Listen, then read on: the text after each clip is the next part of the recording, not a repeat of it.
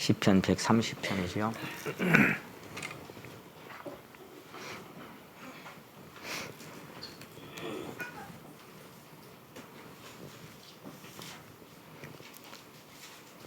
일절로 끝절까지를 제가 읽겠습니다. 시편 130편. 찾으신 줄 알고 읽겠습니다. 여호와여, 내가 깊은 데서 주께 부르짖었나이다.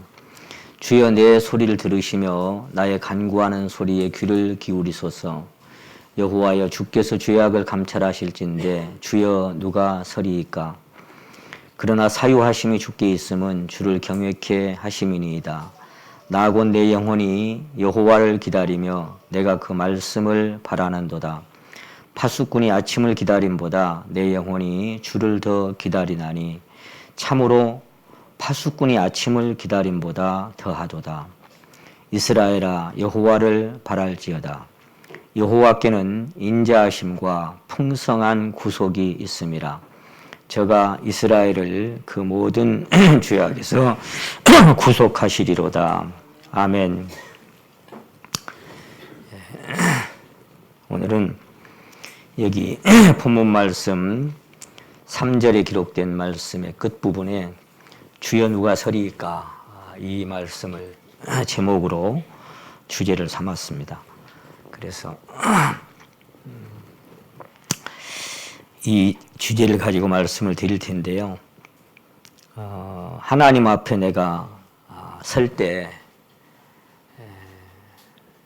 얼마나 당당하고 거리낌 없이 설 수 있는가 하는 것이 관건인데, 과연 내가 어떤 모습으로 주님 앞에 설 수 있는 사람인지, 또 무엇을 가지고 설 수 있는 사람인지 오늘 이렇게 비춰지는 그런 시간이 되었으면 좋겠습니다. 여기를 일단 접어두시고 골로새서 1장을 한번 찾아보시겠습니다.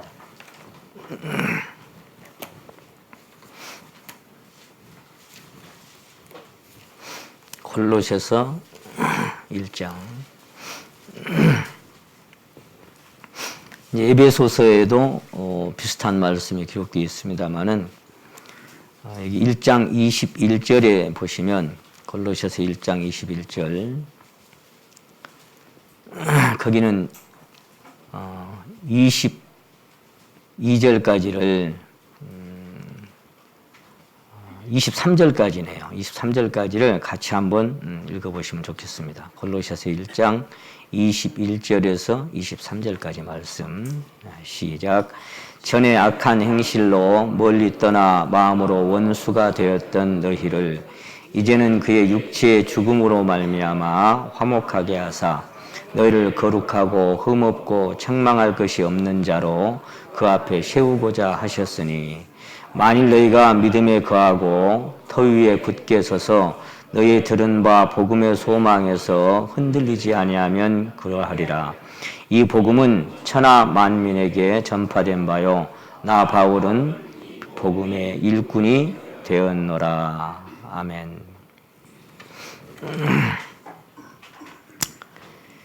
여기 하나님께서 우리가 오래전에 아담 안에서 범죄하고 하나님을 멀리 떠나 마음으로 원수가 되었던 인생들이었었는데, 그런 인생들을 이제 그분의 그 십자가의 죽으심이 서로 화목하게 하셔서 원수의 관계가 아니라 하나님과의 사랑의 관계로,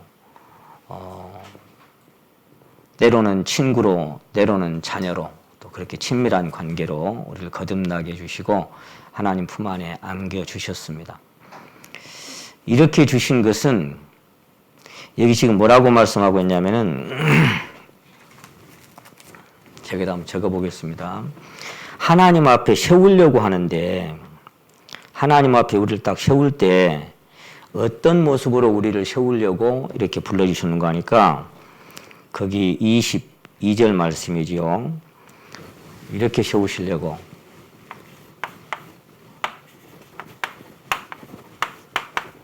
거룩하고, 그리고 흠이 없고, 그리고 또 뭐가 없어요? 예.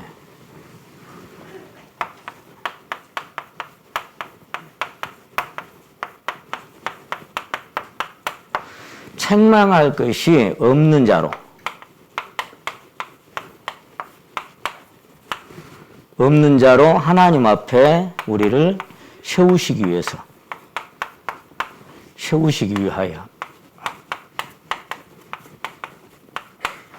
자, 거룩하고 흠이 없고 책망할 것이 없는 자로 하나님 앞에 세우시기 위해서, 이렇게 지금 말씀이 되어 있어요. 그럼 오늘 우리 주제가 뭐예요? 누가 서리이까? 누가 서리이까? 근데 그냥 서는 거 말고 이런 모습으로 서야 되기 때문에, 그렇다면 누가 설 수 있겠습니까? 그런 뜻입니다.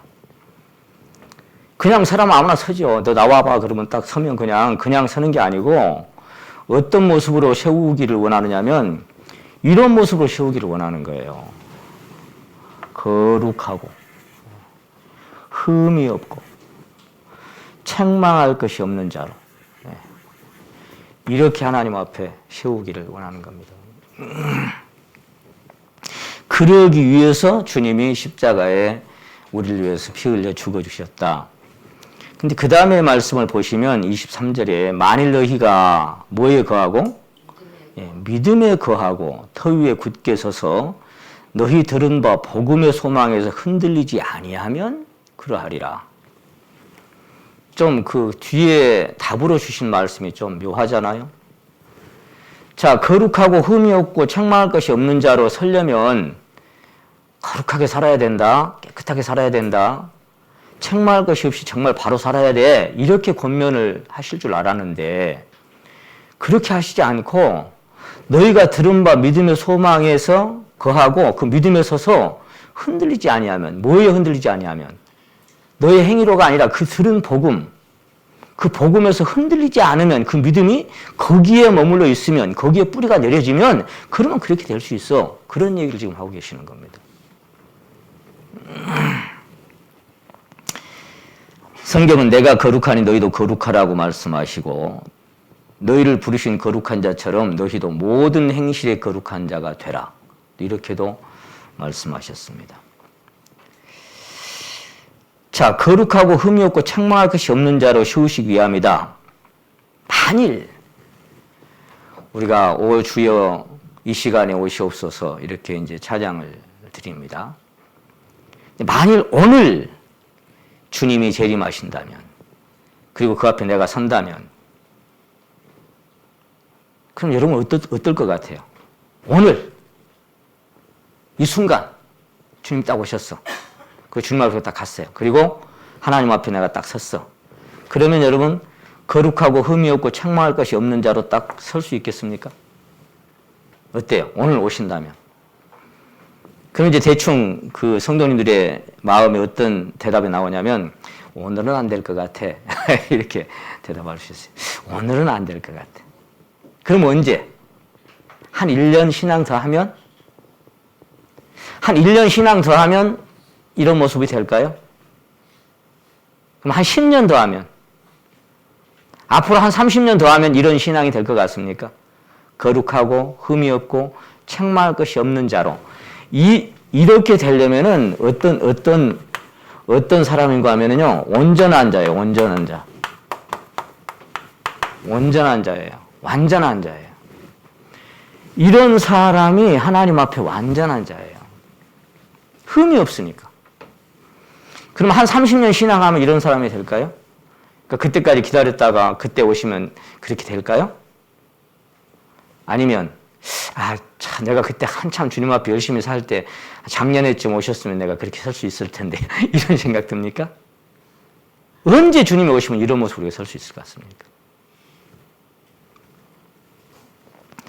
얼마나 세월이 지나면 온전히 거룩하고 흠이 없고 책망할 것이 없는 자가 될까요?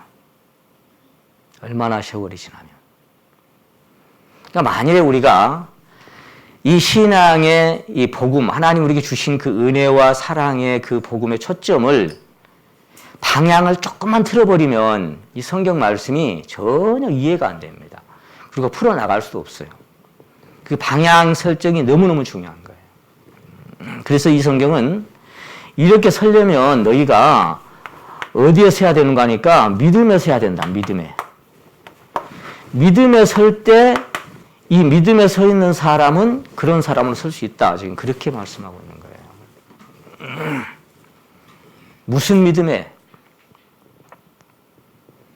나를 사랑하사 나를 위하여 자기 몸을 버리신 하나님의 아들을 믿는 믿음에, 믿음의 주에 온전케 하신 그 예수를 믿는 그 믿음에, 그 믿음에 내가 서서 그 믿음에서 흔들리지 않을 때, 내가 들은 그 완전한 100%, 완전한 복음에서 뿌리가 내려지고 거기서 흔들리지 않을 때 우리는 이런 사람으로 설 수 있다. 그렇게 말씀하시는 거예요. 지금 이 다윗은 깊은 데서 여호와께 부르짖고 있습니다. 죄악을 감찰하실진데 누가 서겠습니까? 그러다가 다시 본문 말씀 봅니다. 시편 130편.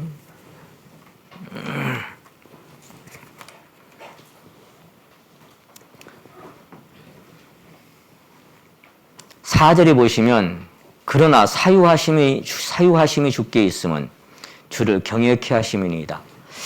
지난 수요일 날 우리 김성률 전도사께서 경외라고 하는 주제를 가지고 말씀을 전했는데 제가 참 은혜롭게 들었습니다.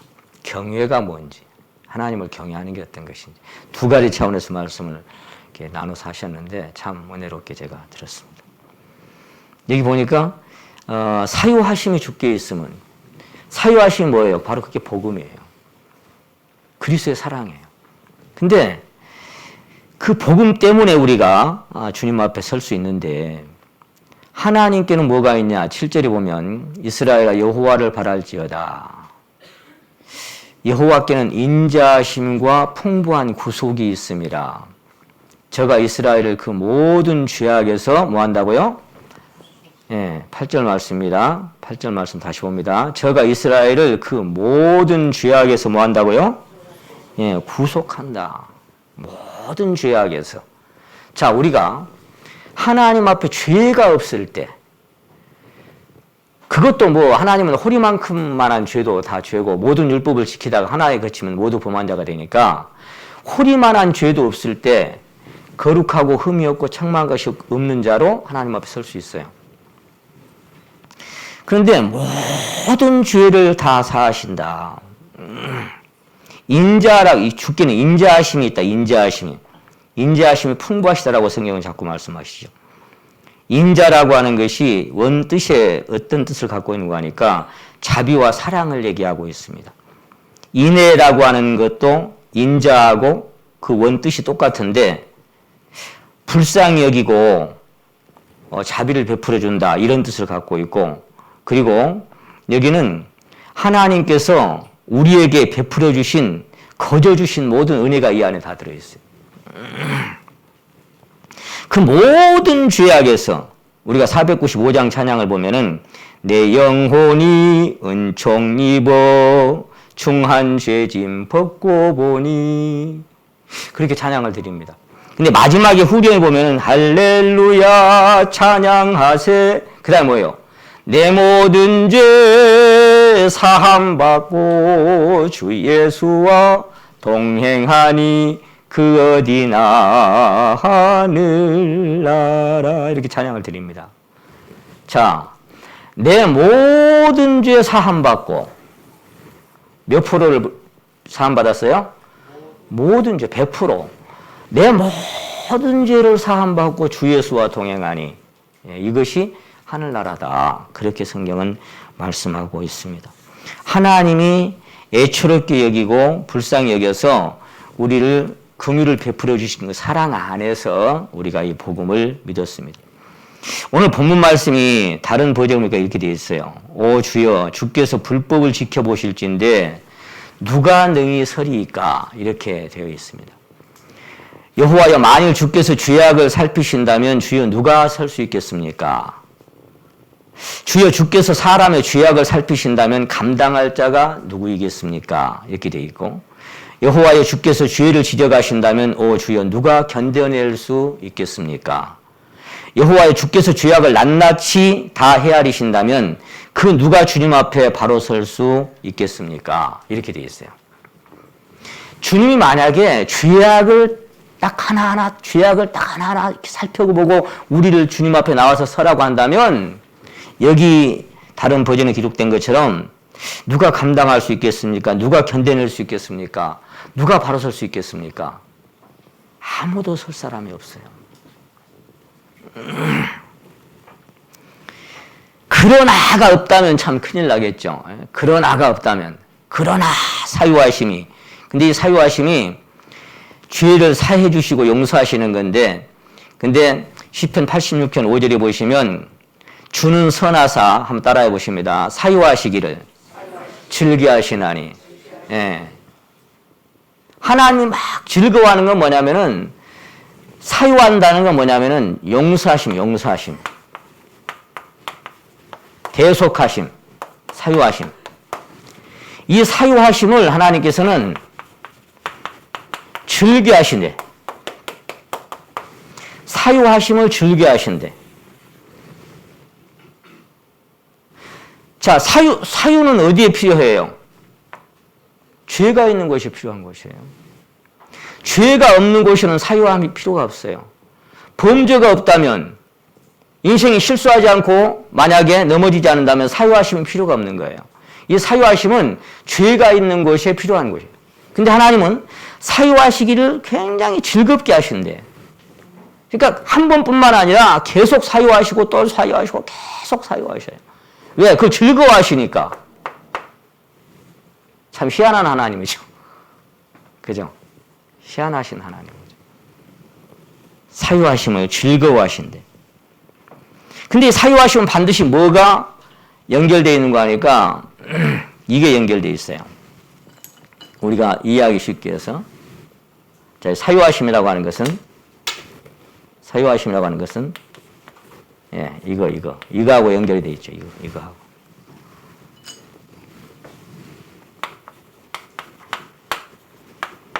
히브리서 9장 22절 말씀 따라하십니다. 피 흘림이 없은즉 사함이 없느니라. 모든 사유하심은 피하고 연결되어 있어요. 그것은 우리가 구원받을 때나 구원받은 이후나 또 마찬가지예요. 그래서 이 피 흘림의 이 효능은 영원토록 영원한 겁니다. 그러니까 만약에 구원받을 때만 피가 우리 죄를 사해 주시고 그 이후에는 우리 행위가 포함되어 버린다면 피 흘림이 없은즉 사유하심이 없다라고 하는 말씀을 없애야 돼. 구원받기 전이나 후나 구원받을 때나 그 이후에나 피 흘림이 없으면 사유하심은 절대로 없어. 그래서 그 피는 영원히 효력을 발생하고 있는 것입니다. 요한일서 1장 8절이 그거예요. 우리가 만약 우리 죄를 자백하면 그의 피가 우리 죄를, 그건 뭐예요? 구원받은 이후에 우리 성도들이 하나님 앞에 거리낌이 있을 때 자복하고 쏟아내면 계속해서 하나님은 또 사유하기를 즐겨하셔요. 그걸 즐거워하셔. 그러나 사유하심이 주께 있으니 이는 주를 경외케 하심이니이다. 여러분, 하나님 앞에 선다고 하는 거, 지금 오늘 이 주제가 뭐예요? 주여 누가 서리이까죠? 누가 서리이까?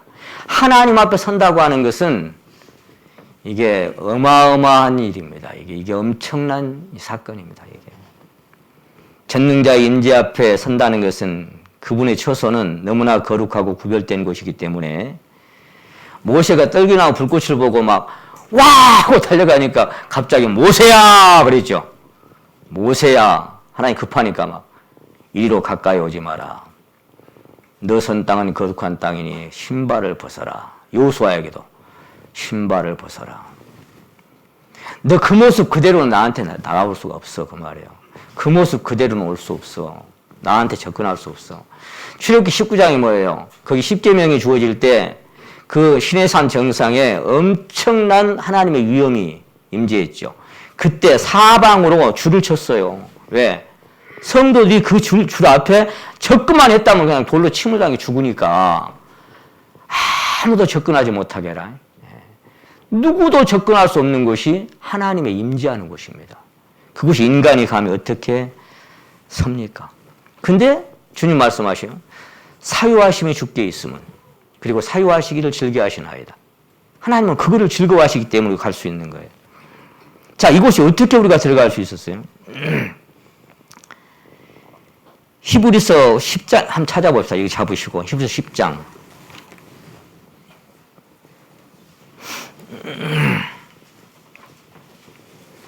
히브리서 10장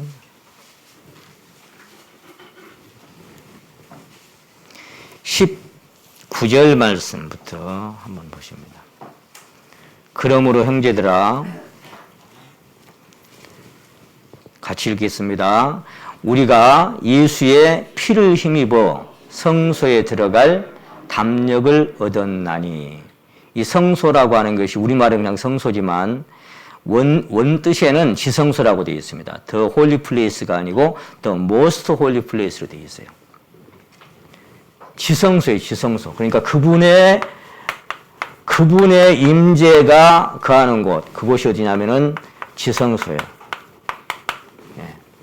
이 지성소에 아무나 못 들어가죠. 그런데 여기에 뭐라고 지금 기록되어 있는 거 하니까 들어갈 담력을 그랬어요. 담력을. 자, 거기 다시 한번 보셔요. 얻을 거예요, 얻었어요? 예, 얻었나니라고 되어 있어요. 담력을 얻었나니 이렇게 되어 있어요. 여러분, 담력이라고 하는 것이 원뜻을 보니까 확신 있게, 대담하게, 두려움 없이, 겁 없이, 당당하게, 용감하게 그런 뜻을 갖고 있어요. 여기 들어갈 담력을 얻었는데 그냥 쭈삣쭈삣하게 그냥 아이고 이거 이렇게 하는 게 아니라 당당하고 담대하고 떳떳하고 그렇게 나아가는 것이 담력이에요. 담력. 그 담력에는 원뜻이 그렇게 돼 있어요. 당당하게 나아가는 거예요. 그래, 됐어. 가는 거야. 이거 얼마나 뻔뻔스러운 거예요. 사실 어떻게 보면 이 어마어마하신 임재 앞에 어떻게 나아가냐? 확신 있게, 대담하게, 두려운 것 없이, 겁 없이, 당당하게, 용감하게, 용기 있게, 떳떳하게 나아가는 거예요. 이거 얼마나 뻔뻔스러운 노릇이에요, 이게. 인간이. 그렇게 할 수 있어요? 떳떳하게 그렇게 나아갈 수 있어요? 오늘 지금 주님 오신다면 여러분이 거룩하고 흠이 없고 책망할 것이 없는 자로 하나님 앞에 그렇게 설 수 있겠습니까? 아니, 대답 안 해, 안 해. 그럼 나도 설교 안 할래. 아니, 뭐 설교 하나만 하네. 자, 그렇게 설 수 있어요, 없어요? 있어요. 뭘 갖고? 뭘 갖고? 아, 뭘 갖고? 아, 참.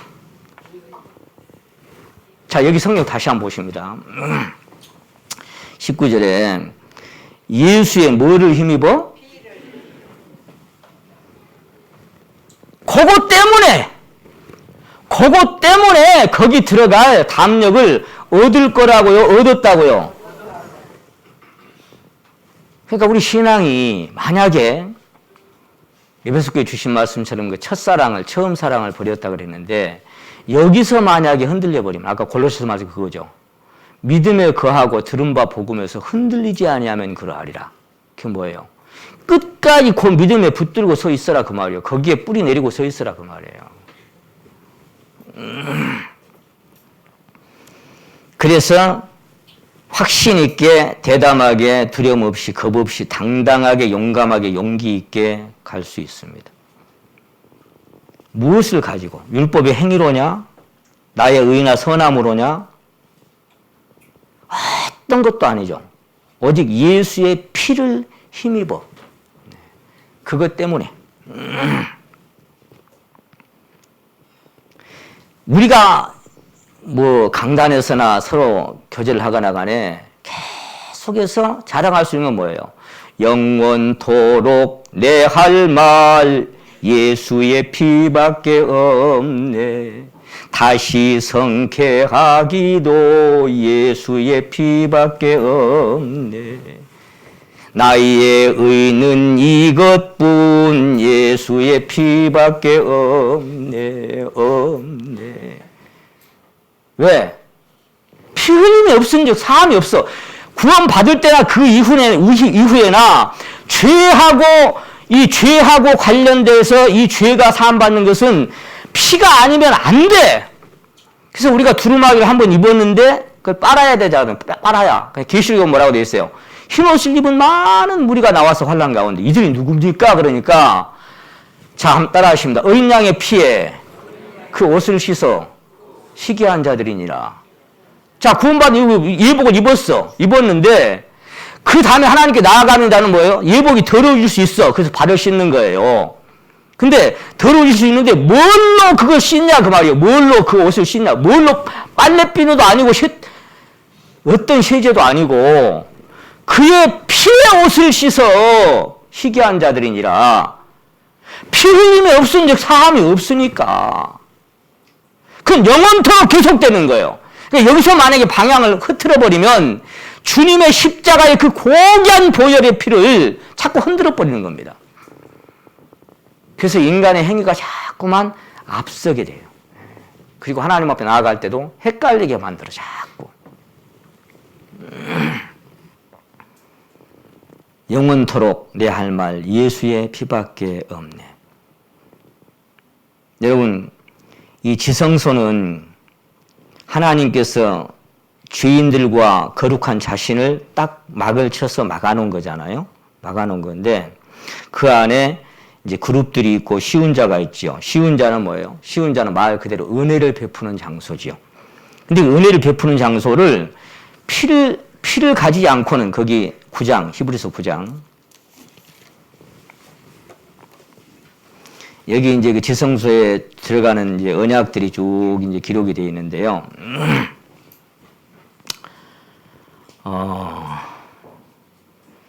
3절에 봅니다. 또 둘째 휘장 뒤에 있는 성막을 지성소라 일컫나니 하나님의 임재가 거하는 것이죠. 금향로와 사면에 금으로 싼 언약궤가 있고 그 안에 만나를 담은 금항아리와 아론의 쌍난 지팡이와 언약의 비석들이 있고 그 위에 속죄소를 덮는 영광의 그릇들이 있으니 이것에 대한 관하에는 낱낱이 모세오경 다 써놨으니까 이제 간단하게 설명한다 그 말이에요. 자, 6절에 보시면 제사장들이 항상 첫 장막에 들어가 섬기는 일을 행하고 그게 뭐예요? 개인의 죄를 사함받는 것이죠. 오직 둘째 장막은 대제사장이 1년 1차씩 7월 10일 날이에요. 딱 한 번만 잠깐만 방문이 허락된 것이죠.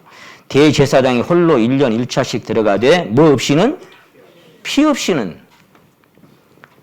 그 지성소는 백성의 죄를 대표 한 사람이 가서 딱 사함받는 것이에요. 그래서 그날은 모든 사면의 유대 민족들이 성막 안에 있으면 자기 그 장막들 안에 있으면 안 돼요. 다 밖에 나와가지고 밖에서 대제사장에 딱 들어가서 무사히 나올 때까지 지켜보고 있어야 돼요. 근데 이곳은 들어가긴 들어가는데 뭐 없이는 못 간다? 피 없이는 못 들어가. 그것이 쉬운 자예요. 왜? 죄인이 하나님 앞에 나아가는 길은 피 흘림이 없으면 사함이 없으니까. 그러니까 무슨 내가 구원받고 뭘 깨달았고 은혜를 체험하고 뭘 깊이 체험하고 더 깊이 체험하고 더 깊이 체험하고 해도 죄하고 적어도 상관되는 것. 이것은 여기에서 만약에 분리되면은 끝납니다. 안 되는 거예요. 아무리 신앙이 깊어져도 내가 하나님 앞에 범한 어떤 죄가 있을 때 그 죄가 해결받는 것은 피 없이는 사함이 없는 거예요. 그건 절대로 있을 수 없는 거예요. 그것은 지극히 거룩한 곳이요 무섭고 두려운 곳이었습니다. 그것은 민수기 3장 10절에 보시면 외인이 가까이 하면 죽임을 당합니다. 레위 지파가 아닌 다른 사람이 가까이 갔다. 끝나는 거예요. 자, 레위기 16장 2절에는 정한 날 외에 무시로 들어가면 죽임을 당합니다. 7월 10일 날 딱 그것도 잠깐만 방문이 허락된 장소. 다른 날 들어가면 그냥 즉사예요. 끝나요. 민수기 4장에 보시면 잠시라도 들여다보면 죽는다 그랬어요. 휘장 안에 이거 어떻게 생겼지? 들여다봤다가는 끝나는 거예요. 거기. 그래서 대제사장의 예복에 끝에 이렇게 금방울 달려있잖아요. 금방울. 방울 소리가 딸랑딸랑딸랑 나면 어째요? 이게 끈을 메고 들어간다지. 끈을 메고. 시체 가질러 들어가면 그 사람까지 죽어버리니까 못 가져가는 거예요. 시체를. 그러니까 거기서 딸랑딸랑딸랑 소리가 나면 어째요? 아, 살아있구나. 우리 죄가 지금 사함되고 있구나. 아, 이렇게 받아지고 있구나. 생각하는 거예요. 방울 소리 끝났다. 죽었구나. 이 시체까지 누가 들어가? 들어가면 죽어버리는데. 그러니까 이 끈으로 꺼내야 돼. 이렇게. 그런 곳이 임재하는 곳이에요. 하나님이 임재하는 곳이. 임재의 처소가. 자, 그래서 실제로 베시메스 사람들은 사무엘상 19장에 보시면은 여호와의 교회를 잠깐 들여다보다가 70명이 즉사해 버렸죠. 잠깐 들여다봤는데 70명이나 죽어버렸다니까. 그 자리에서. 그래서 베레스 우사, 사무엘하 6장 6절에 나오는 우사가 손을 들어서 교회를 딱 만졌는데 그냥 그 자리에서 베레스 우사 해버렸잖아요. 끝났잖아요. 죽었잖아요. 민수기 4장 15절에 보시면 성물을 아무나 만지면 그 순간 죽임을 당합니다. 만지면 안 돼. 자기가 만져야 할 것이 따로 있어. 고라 자손 중에도 누가 휘장을 긋고 누가 법궤를 어떻게 쌓고 누가 밀고 나오고 그게 다 정해져 있어요. 그게 교회 안에 은사라는 게 그렇게 중요한 거예요.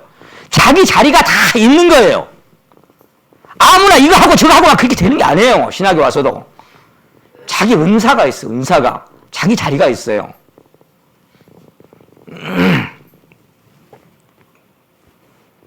하나님은 질서의 하나님이셔요. 질서대로 하셔요. 그래서 무엇이 그랬죠? 매일 것과 할 일을 자 고라 자손 중에 너는 뭐하고 너는 뭐하고 너는 뭐하고 너는 뭐하고 다 정해놨어요. 그 정해진 대로 하면 되는 거예요. 아론의 두 아들 나답과 아비후가 다른 불을 들이다가 레위기 10장에 보시면 즉사해버리죠. 거기 들여야 할 불은 따로 있어요. 다른 불을 들이다 그 자리에서 끝나버린 거예요.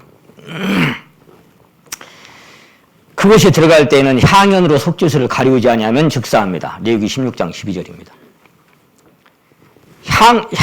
제사장이 향을 피워가지고 그 향이 하나님과 나 사이를 이렇게 가려야 돼. 직접 대면하면 안 되니까. 아무리 대제사장이라도.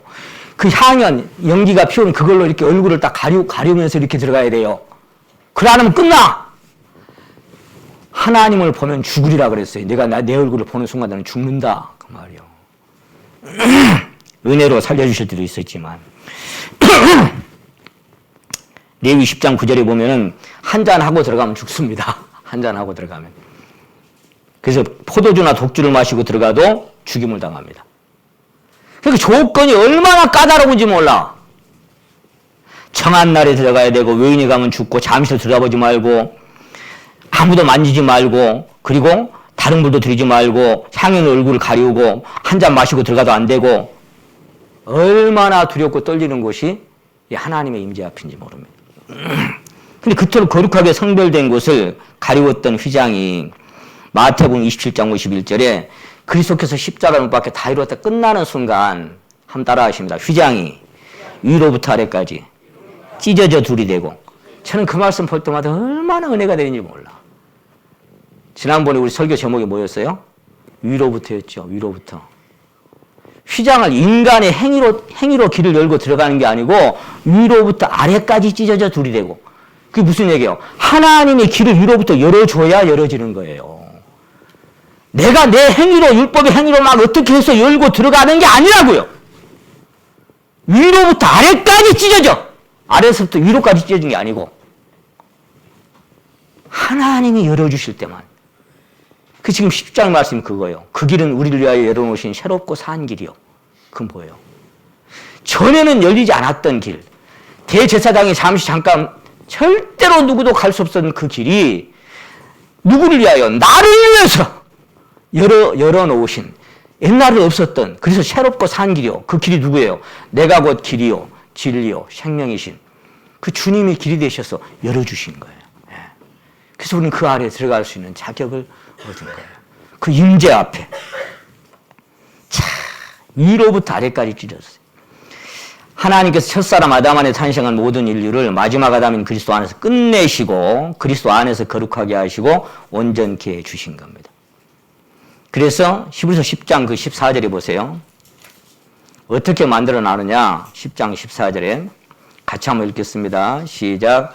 저가 한 제물로 거룩하게 된 자들을 영원히 온전케 하셨느니라. 여러분, 거룩하게 된 자요, 될 자요. 예, 근데 아까 이게 온전한 자라고 그랬죠. 온전한 자. 온전한 자.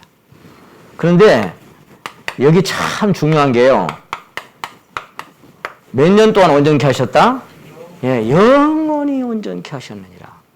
거룩하게 된 자들을 죄 질 때까지만 그런 말이 아니에요.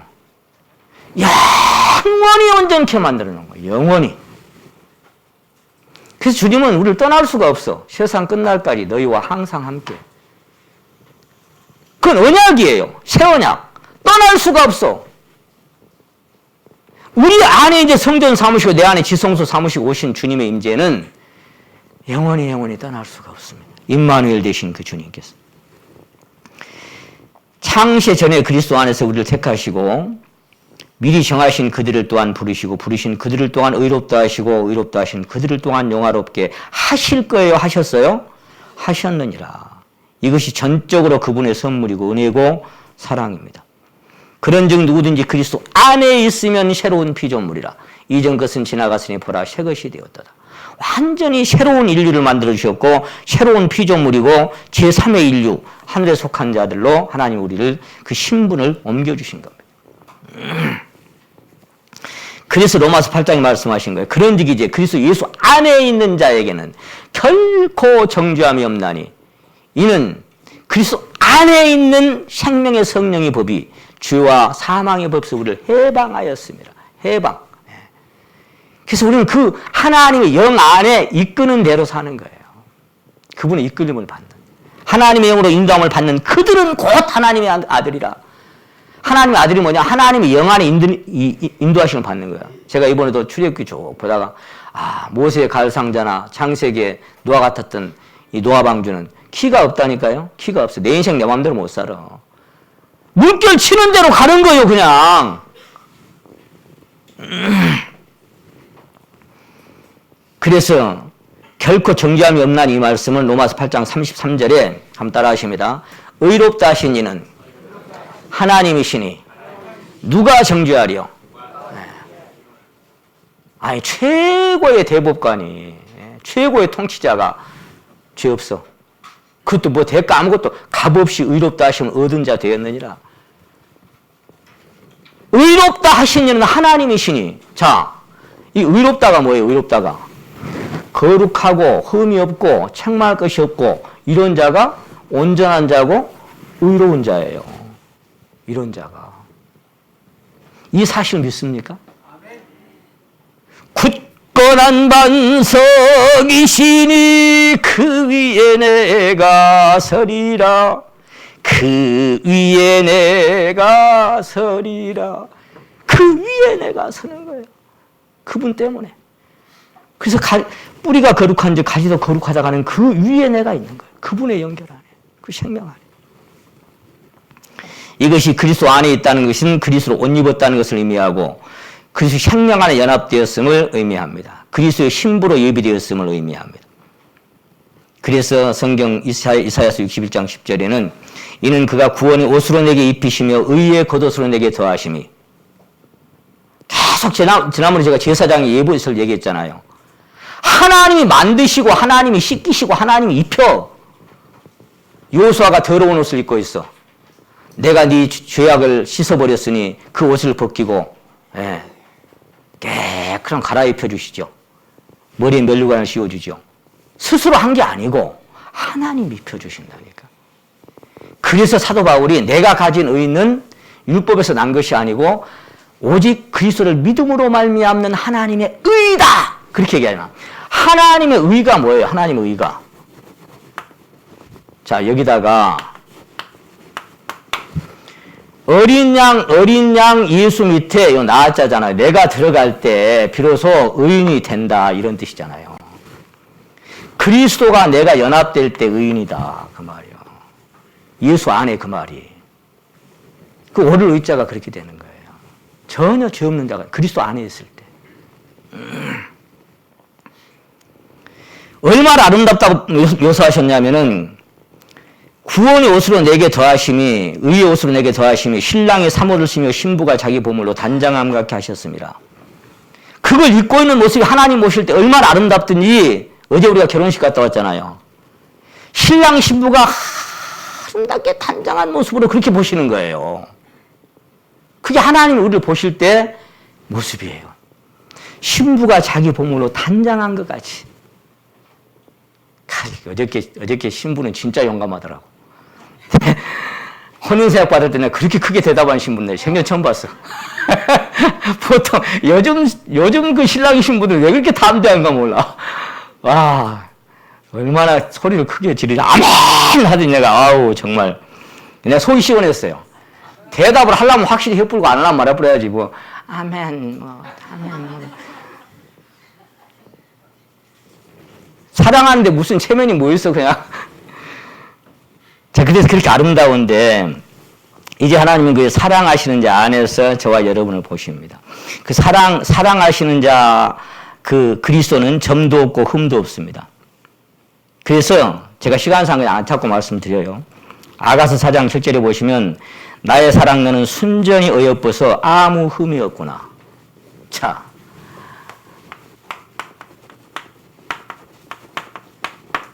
아무런 흠이 있다 없다. 아무런 흠이 없다 그래. 그러면서 아가서 5장 2절에는 나의 누이 나의 사랑한 자 나의 비둘기 나의 흠이 없으니까 어째요? 나의 완전한 자야. 자, 여기 지금 아가서에서 말씀 이에 지금 뭘 얘기하고 있는 거예요? 뭘 얘기하고 있는 거예요? 잘 보세요. 거룩하고 흠이 없고 책망할 것이 없는 자, 이런 자가 아무 흠이 없는 자고 완전한 자예요. 그리고는 아가서 6장 9절에 보시면 나의 비둘기 나의 완전한 자는 너 하나뿐이고 나의 완전한 자. 너무나 어여뻐서 아무런 흠집이 없다. 왜 어여뻐요? 이 말은 다른 말로 표현하면 이것뿐이에요. 사랑 안에서 보니까 그런 거예요. 사랑 안에서 보니까 아무런 흠도 안 보이는 거예요. 아무것도 안 보여. 제가 이번에 저희 현아엄마 동생 때문에 병원에 가서 몇 주 동안 했는데요. 선아를 이제 뭐 데리고 오기도 하고 뭐 이제. 근데 이 녀석이 먹는 것도 잘 먹고 하도 많이 움직이니까 살이 안 쪄. 얼마나 움직이는지. 그런데 많이 먹으니까 어째요? 조금 있으면 아버지 응가했다. 또 조금 있으면 할아버지 응가했다.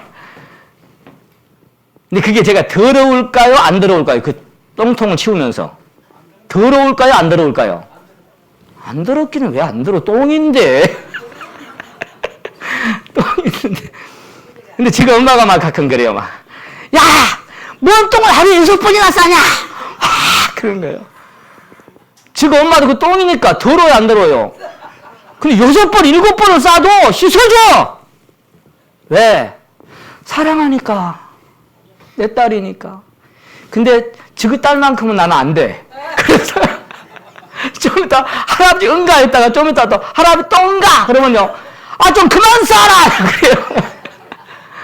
그런데 7번, 8번 싸도 지금 엄마가 한마디 않고 계속 씻어줘. 왜 그래요? 사랑하니까. 사랑하니까. 그게 사랑이에요. 아무것도 안 보여요. 그냥 예뻐요. 그냥 예뻐. 아무런 의미 없어요. 그 주님 다시 오실 때 제가 아가서 2장 10절을 묵상할 때마다 주여 내 꼬라지를 딱 쳐다보는 거예요. 나의 사랑하는 자가 My lover spoke and said to me 그랬어요. My lover. 나의 사랑하는 자가 내게 말하기를 나의 사랑 나의 어여쁜 자야. 참 여러분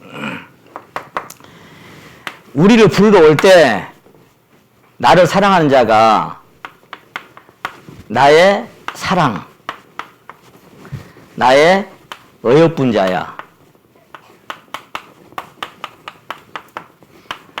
이렇게 부른다는 거예요. 나의 사랑 나의 어여쁜 자야. 뭐가 예뻐서? 만약에 하나님께서 외모를 본다면 우리가 세월 따라 늙어가고 병들어가고 찌그러져가고 병상에서 이렇게 부르겠습니까? 나의 사랑 나의 어여쁜 자 외모를 보신다면 하나님은 외모를 안 봐. 그 중심을 보시는데 그것도 뭐냐? 그 안에 그리스도를 믿는 믿음 안에서 그 사랑하시는 자 안에서만 나를 보는 거예요. 그러니까 나의 사랑 나의 어여쁜 자야 일어나서 함께 가자. 겨울도 지나고 그 말은 힘든 시절 지나갔다. 비도 그쳤다 그 말은 그래 많은 고난과 시련 다 끝났다. 이제 봄날이 왔다 가자 그 말이야. 그런 날을 기다리고 있는 거예요. 눈물을 머금고.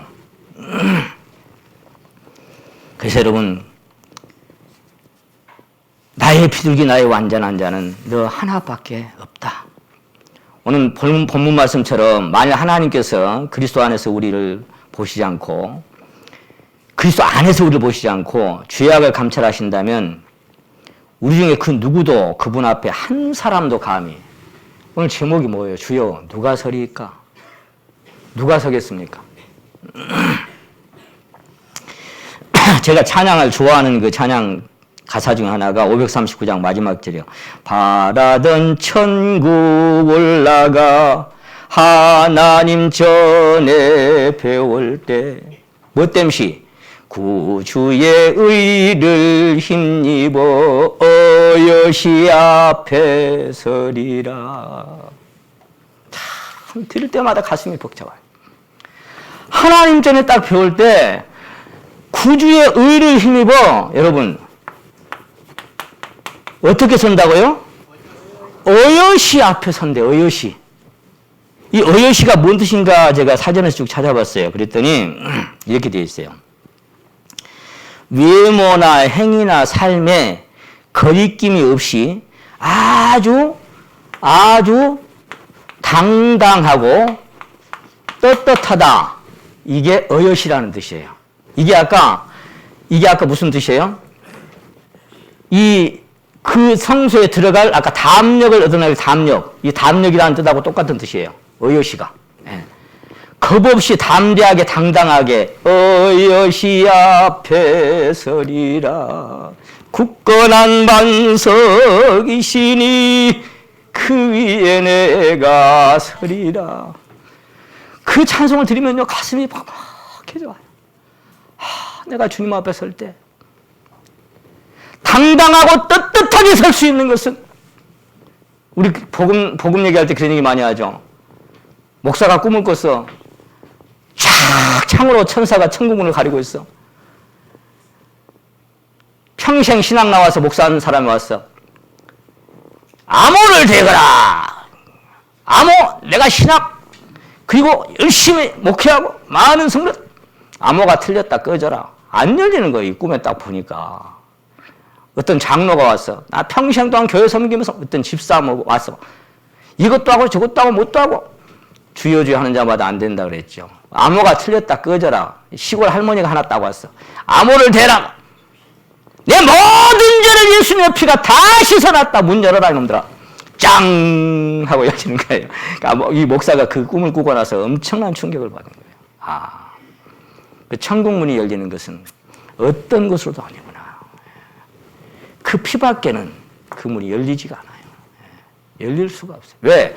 피 흘림이 없으면 사함이 없고 죄의 삭은 사망이고 죄가 홀만큼 있으면 못 들어가는데 근데 그 십자가의 피를 아무리 듣고 보고도 내 마음에 믿어진 적이 없어. 그건 뭐예요? 그건 가짜예요. 그래서 여러분 이 어여시라고 하는 이 뜻이 그런 생각이 들더라고요. 두려움하고 어여시하고 반대가 되는데 두려움이라고 하는 거. 두려움이 언제 시작됐을까? 여러분 두려움이라는 건 뭐 저도 귀신을 본 적이 있거든요. 귀신도 보고 막 진짜 이 오싹할 정도로 막 그렇게 무서운 귀신을 본 적도 있어요. 근데 그 두려움이라는 게 종류가 여러 가지인데 하나님 앞에서 두려움은 어디서 시작됐을까요? 하나님 앞에서. 창세기 3장에 시작된 거예요. 아담아! 동산을 금시다가 아담아! 너 어디 있니? 내가 벗었으므로 따라하십니다. 두려워하여 숨었나이다. 예, 하나님 앞에 두려움은 거기서 시작된 거예요. 죄에서 시작된 게 두려움이에요. 죄에서. 내가 두려워 거기서 시작된 거예요. 그러니까 그 두려움이 해결되려면 뭐가 해결돼야 돼? 죄가 해결돼야 돼. 그래서 그걸 가려보려고 무화과나무 잎을 만들어가지고 치마 만들어서 엉성하게 입고 다니는 게 그 최초의 패션쇼라고 그랬죠. 근데 하나님 그거 입었다고 안 보여? 그래서 하나님이 가죽옷을 지어 입히시니라. 그게 뭐예요? 가죽옷을 지어 입히시려면 죄 없는 짐승 한 마리가 죽어야 되고 피 흘려야 돼. 예. 그 그리스도가 우리를 구원하실 것을, 그래서 그 두려움이 사라질 것을, 그 하나님 앞에 무화과나무를 입고 있을 그 종교적인 행위, 그것을 입고 있는데 찾아 벗었으므로 두려워하여 숨었나이다. 근데 가죽옷을 지어서 야 이놈아 벗어보고 이거 입어라 딱 입고 나서 어째요? 아 얼마나 자유로웠을까. 그 무화과나무 이파는 뭐예요? 처음에는 좀 가려져 있다가 햇빛 나고 며칠 자고 나면 또 부서지고 또 부서지고 그게 종교적인 행위요. 내가 열심히 할 때 같으면 갈 수 있을 것 같은데 좀 현찮으면 또 못 갈 것 같고. 가죽옷 한 벌 딱 입혀지니까 어째요? 그 두려움이 변하여 내 기도 되었고 첫날의 한숨 변하여 내 노래 되었네. 그 두려움이 변해서 하나님께 감사 찬송으로 바뀌어지는 그날이 여러분 신앙에 있었습니까? 여러분이 어여시라고 하는 거 당당히 나아간다는 거, 당당히. 그래서 의젓하게, 어엿하게, 담대하게, 떳떳하게 그런 뜻을 갖고 있어요. 근데 어디만 두려움이 없을까요? 어디만? 요한서 4장 17절입니다. 한번 따라 하십니다. 사랑 안에 두려움이 없고. 두려움이 없는 자리가 장소가 한 군데밖에 없어요. 그 두려움이 없는 자리는 어디냐면은 사랑 안에만 두려움이 없어요. 사랑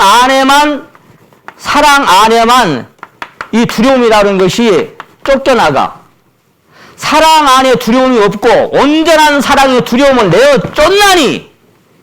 한번 따라 하시면 두려움에는 형벌이 있습니다. 애기가 왜 우리 선아가 엄마 똥가 있어 맨날 자신 있게 얘기한 줄 알아요? 사랑 안에 있으니까 그런 거예요. 똥 싸도 괜찮아. 똥 쌀 줄 알고 있어. 내가 현아엄마가 어떻게 6번 7번씩 똥을 싸냐? 그래서 내가 감사해라. 건강하다는 증거다. 소화가 잘 된다는 증거다. 감사해라. 그랬어요. 똥 안 나오면 어쩔래? 정말 감사해.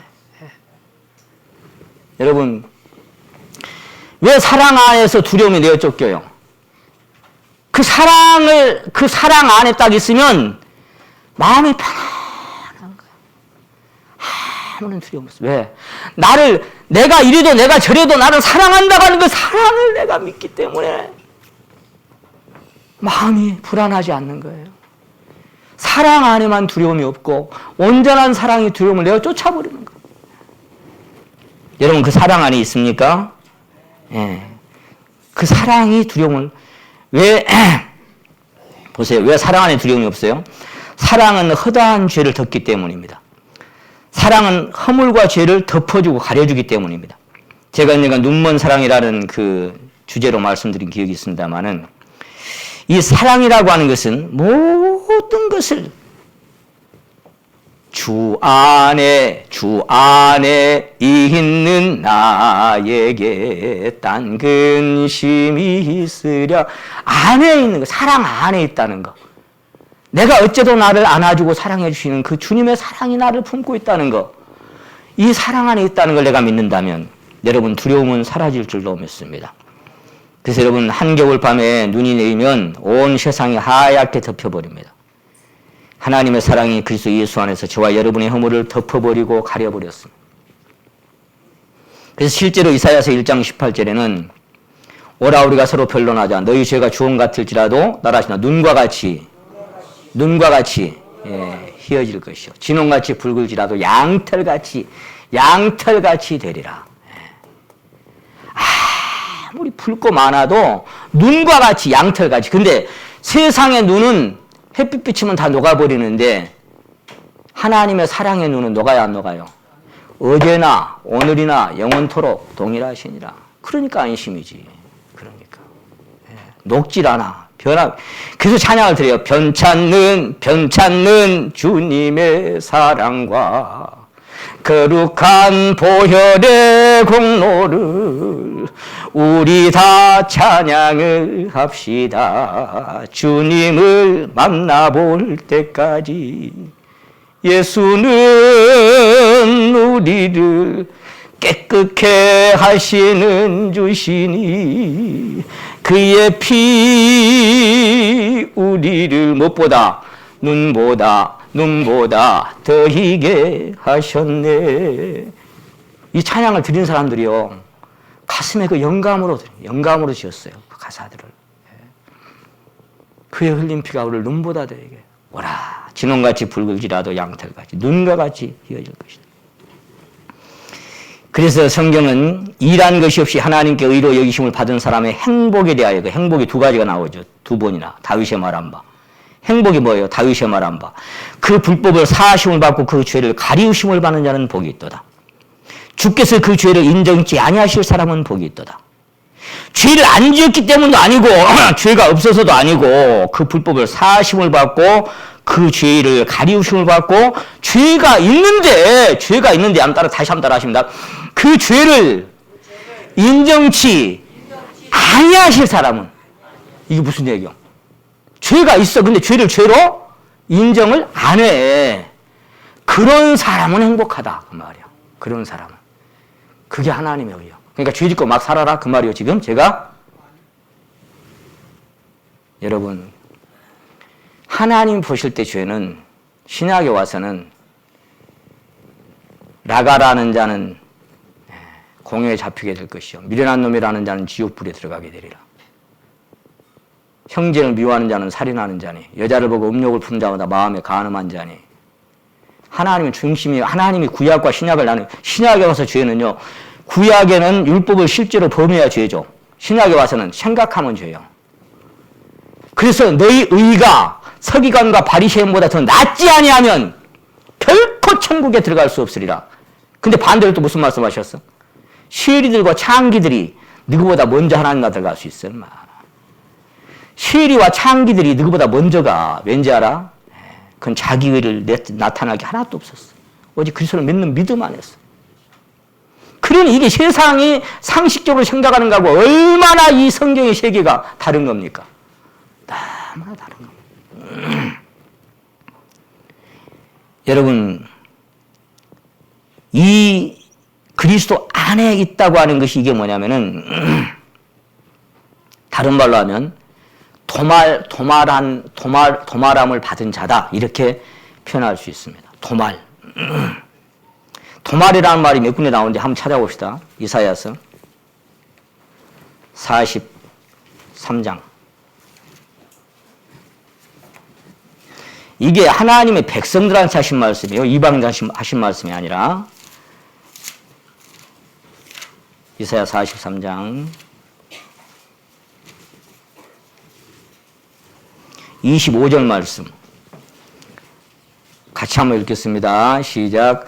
나곧 나는 나를 위하여 네 허물을 도말하는 자니 네 죄를 기억지 아니하리라. 아멘. 44장 22절 우리가 복음 말씀드릴 때 자주 하는 말씀이죠. 22절 같이 읽겠습니다. 시작. 내가 네 허물을 빽빽한 구름에 사라진같이 네 죄를 안개에 사라진같이 도말하였으니 너는 내게로 돌아오라. 내가 너를 대가를 지불하고 샀다. 그 말이에요. 이런 도말이라고 하는 것이 발을 떴다 지울 말자라는 거 알고 계시죠? 근데 원뜻을 보니까 발라서 가리다, 발라서 덮다, 닦아버리다, 닦아내다 이런 뜻을 갖고 있어요. 이 똑같은 도말이라는 말을 구원받지 않은 사람이 쓴 게 아니라 시편 55편 한번 찾아봅니다. 여기 두 번이나 다윗은 이 단어를 사용하는데요. 시편 55편, 51편. 하나님의 마음과 합한 사람이 살인죄하고 간음죄를 범했어요. 그리고는 1절입니다. 하나님이여 주의 인자를 쫓아 나를 긍휼히 여기시며 주의 많은 자비를 쫓아 내 죄가를 도말하소서. 나의 죄악을 맑게 씻기시며 나의 죄를 깨끗이 지하소서.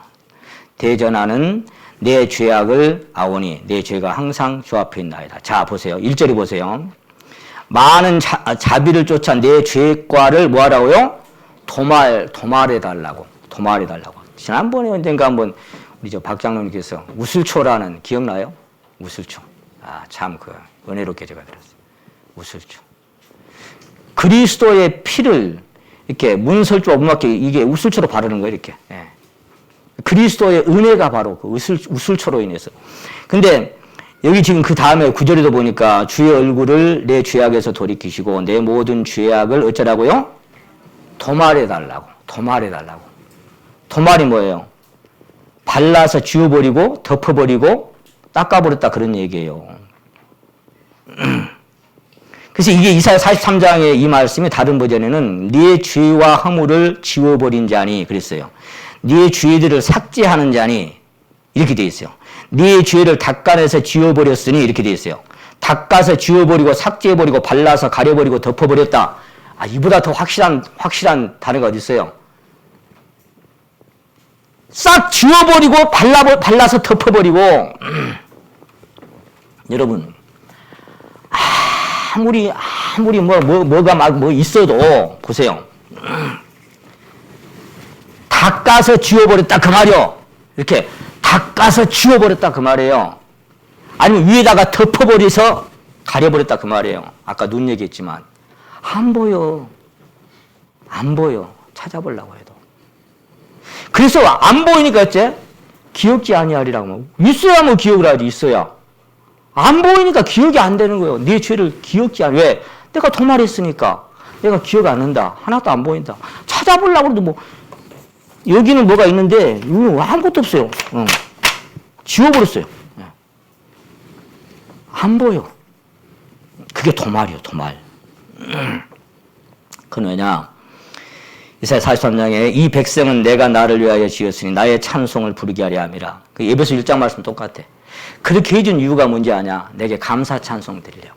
그러니까 우리가 드릴 수 있는 것은 하나님께 감사 찬양 드리는 것밖에 없어요. 우리 모든 죄를 도말해 주시고 빽빽한 구름에 사라진 것처럼. 그래서 피를 볼 때 넘어가리니 6월절이 패스오버 뛰어넘어가라는 뜻이다. 그러니까 다른 거 아무것도 안 봐. 그 안에 있는 사람이 깨끗한 인생인지 도둑놈인지 강도인지 선한 사람인지 그런 거 아무것도 관심 없어요. 문설주와 임방에 피가 있냐 없냐. 하나님 보시는 거는 다시 한번 따라하시면 내가 피를 볼 때에 너를 넘어가리니 재앙이 너에게 내려 멸하지 아니하리라. 하나님 보시는 거 딱 하나. 그 외에 다른 건 관심 없어요. 그 안에 뭐 착한 사람이냐 상관없어요. 여러분의 행위가 뭔데요? 저와 여러분의 행위가 뭐 하나님은 0.1이라도 뭐 갖다가 내 드릴 거 어린 반푼어치도 없습니다. 아십니까? 여러분이 뭔 행위를 갖고 뭘 가지고 뭘 힘입어서 오직 하나 예수의 피를 힘입어 거기 지성소에 들어갈 담력을 얻었나니 그거 이외에는 아무것도 내세울 거 없어요. 날 정케 하신 피 보니 그 피를 보니까 뭐예요? 그 사랑 한없네. 그 피를 보니까 그 사랑 한이 없어. 그 사랑. 여러분 손가락에 조금만 피가 흘러도 어디든지 마찬가지겠지만 그분은 마지막 한 방울까지 다 알려주셨어요. 마지막 한 방울까지.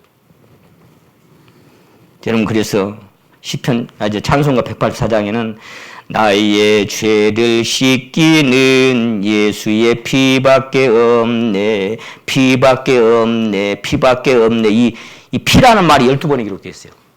찬송가 184장에. 피밖에 없네. 피밖에 없네. 살다가 또 죄지면 다시 정케하기도 예수의 피밖에 없네. 지은 죄를 돌아보니 부끄럽고 괴로워 자나깨나 맘에 화평 없을 때. 주한 죄인 용납하여 품에 안아주시고 깨끗한 맘 주시리가 누굴까? 주 예수. 내가 부끄럽고 고개 들 수 없어도 하나님 앞에 나아갈 수 있는 것은 그 사랑의 풍성 안에서 나를 사랑하시기 때문에. 오늘 말씀을 많이 못 드리겠습니다. 이게 시간이 많이 갔네요. 하나만 확인하고 가보겠습니다.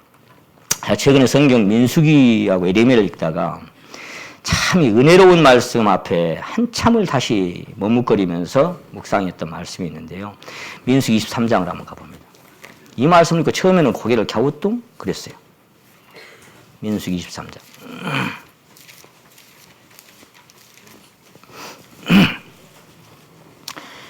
민수기 23장. 거기 이제 이 내용이 뭐냐면은 발람에게 이 하나님의 백성을 저주해달라고 초청을 하잖아요. 어쨌거나 이제 발람이 미친이 타고 갔지만, 근데 발람에게 하나님께서 22장 16절입니다. 16절. 여호와께서 발람에게 임하사 그 입에 말씀을 줬어요. 그리고 이제 17절에도 여호와께서 무슨 말씀을 하시려는지 발람이 이제 노래로 시작을 합니다. 그러면서 쭉 가는 것이 이제 19절에 노래를 지어 가로되 발락이여 일어나서 들을지어다. 십볼의 아들이여 나를 자세히 들으라. 하나님은 인생이 아니시니 시건치 않으시고 인자가 아니 후회가 없으시도다. 어찌 그 하신 말씀을 실행치 않으시며 쭉 가다가 거기 20절 내가 축복의 명을 받았으니 하나님이 이제 그에게 축복을 이스라엘 민족을 그가 하신 축복을 내가 돌이킬 수 없도다. 그러면서 지금 못 찾고 있죠. 23장인데 제가 22장이라고 그랬죠. 그럼 틀리면 틀렸다고 말씀을 해야 될 거 아니에요. 한마디 안 하고 있어요. 죄송합니다. 23장입니다. 23장 16절부터 제가 읽었습니다. 그냥 결론만 볼게요. 23장 21절입니다. 21절. 여호와는 같이 한번 읽겠습니다. 22절을 시작. 여호와는 야곱의 허물을 보지 아니하시며 이스라엘의 패역을 보지 아니하시는도다. 여호와는 그 하나님과 그와 함께 계시니 왕을 부르는 소리가 그 중에 있도다. 그 참 희한한 말씀이 있죠. 야곱의 허물을 어쩌지 않는다고요? 보질 않는데. 이스라엘의 패역을 보질 않으신대. 이게 다른 버전에 보니까 여호와께서는 야곱의 죄악을 보지 않으시고 이스라엘의 죄를 보지 않으신다. 그 다음에 여호와께서는 야곱의 불법을 보지 않으시고 이스라엘의 반역을 보지 아니하시는다. 이렇게 돼 있어요. 그래서 이 말씀을 가만히 살피다가 희한하다 이 말씀이. 죄악을 허물을 이걸 보지 않는다고? 이 죄를 안 져서 그럴까요? 보질 않는데. 자, 아까 뭐라 그랬어요? 도마라 했으니, 지워버렸으니, 덮어버렸으니 안 보인다고 그랬죠. 근데 순간 무슨 말씀이 딱 스쳐가냐면 로마서 9장 13절 말씀이 스쳐가는 거예요. 기록된 바 한번 따라 하십니다. 내가 야곱은 사랑하였고, 자, 내가 야곱은 사랑하였고, 지금 누구한테 하신 말씀이에요? 야곱에게 하신 말이에요. 야곱. 신약에서 야곱은 누구라고 그랬어요? 저와 여러분이에요. 네 이름이 무엇이냐 그랬죠. 여러분, 이 야곱 사랑 안에서 그를 보니까 그의 범죄도 허물도 반역도 안 보이는 거예요. 안 보여 그게. 보이질 않아. 왜? 도마라 했는데. 지워버렸는데. 지우개로 싹 닦아버렸는데. 그 다시 스쳐간 말씀이 뭐예요? 사랑은 허다한 죄를 덮느니라. 사랑은 모든 허물을 가리우느니라. 여러분, 범죄하지 않았기 때문도 아니고 죄가 없어서도 아닙니다. 허물과 불법이 없어서도 아닙니다. 안 봐요. 하나님 볼 수가 없어. 사랑하시는 자 안에서 보니까 죄악은 고사하고 나의 사랑 나의 어여쁜 자에 아무 흠이 없고 완전한 자라고. 자, 이제 정리하고 마치겠습니다. 보세요. 오늘 설교 주제가 뭐였어요? 자, 오늘 설교 주제가 뭐였어요? 주여 누가 서리이까? 하나님 앞에 어떤 모습으로 서야 진짜 설 수 있는 사람이냐? 거룩하고 흠이 없고 책망할 것이 없는 자로 서야 그분 앞에 설 수 있는 사람이다 그 말이에요. 그럼 오늘 여러분이 자, 오늘 제가 아까 여쭙습니다. 오늘 이 순간 주님이 오신다면 여러분 이런 모습으로 설 수 있냐 여쭙죠. 아직은 아닌데 한 사람은 아직도 못 알아듣고 있는 사람이에요. 뭔 말인가? 나는 오늘은 아닌데 앞으로 10년만 더 신앙하면 한 30년 더 살면 그때는 아직도 못 알아듣고 있는 사람이에요. 뭔 말인가? 못 알아듣고 있어. 전혀 지금 못 알아듣고 있어. 여전히 자기 신뢰가 깨지지 않았어. 내가 조금 노력하면 그래도 뭔가 애를 쓰고 앞으로 열심히 하면 이런 사람이 될 거라고 착각하는 사람이에요. 그렇습니까? 오늘 지금 설교가? 여러분, 오늘 지금 이 순간 주님이 오셔도 내가 그를 믿는 믿음, 그 피 안에 그 사랑 안에 내가 선다면 이 모습으로 설 수 있습니까? 없습니까? 놀라운 사랑입니다. 이 사랑 안에 우리를 불러주시고 사랑 안에 모든 두려움을 몰아내신 하나님 찬양드립니다. 그러므로 그 하나님께 사랑에 매여서 그 사랑으로 하나님께 사랑 돌려드리면서 남은 여생 주님 기다리며 살아가 싶다. 예? 예, 그래요. 오늘 시간 다 말씀 못 드리고요. 또 언젠가 시간 되면 이어서 말씀드리기로 하고 성찬에 관한 말씀 오늘 시를 하나 읽어드리려고 하는데 찬양을 읽어드리려고 하는데 시간이 없어갖고 안 되겠어요. 고린도전서 11장